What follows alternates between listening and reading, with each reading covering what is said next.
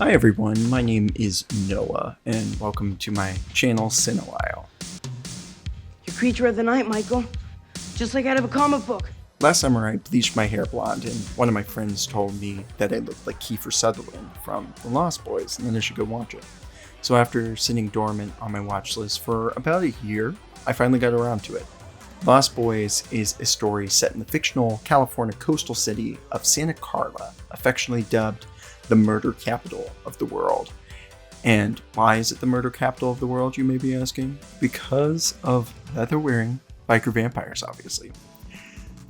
However, even though everyone in this town seemingly has a relative or a friend who's been murdered, the whole city still hangs out at the pier every night with the hub and bub of a Disney World crowd. In fact, the kids go out and about unsupervised frequently in the supposed murder capital. But let me back up. The story picks up when the recently divorced Diane Weist takes her two boys to move in with her father one summer in the 1980s. Now let's be clear, Diane Weist Lucy is the sweetest mother in the history of film. Is she absolutely as dense as Joyce, running around with Hopper fighting Russians in season 3 of Stranger Things, letting her kids just do whatever they want in the wee hours of the morning where someone is dying weekly if not daily? Yeah, absolutely.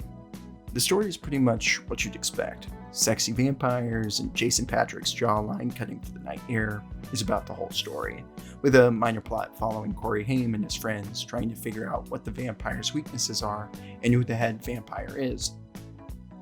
And the twist villain is about as obvious as the reason the Alpha is called the Alpha, and 28 years later. If you know, you know. However, this movie has a few things that make it absolutely shine. The cinematography is just stunning. The pier is alive and overpopulous, the sunsets are vibrant, the flying vampire POVs swoop and snatch with thrill, the lighting decisions are consistently strong and interesting, which leads to the other thing that makes this movie awesome, the atmosphere. There's nothing cooler than vampires decked out in leather, racing motorbikes through the roads and cliffs of Santa Carla, or a blinking pier that never seems to sleep, or a house with far too much taxidermy. On top of all of the zany set pieces, the vampire's carnal offer to Jason Patric is dripping with appeal and the desires of youth. You don't have to, Michael. The attraction between Jason Patric and the gorgeous Jamie Gertz is palpable.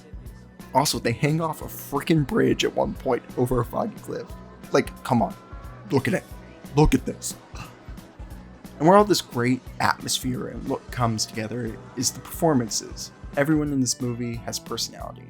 The relationship between Corey Haim and Jason Patric is the epitome of brotherhood.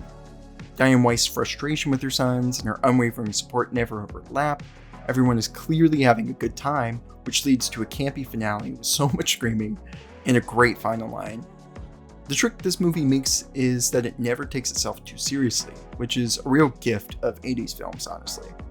It just wants you to have a good time, which is what makes it absolutely worth your time. You should carve out a warm summer night and give this one a watch. You won't be disappointed. That's my time, but if you have any interest in indie filmmaking, hit me up at my email in the description. I've really wanted to get into the film scene, even if it's something small.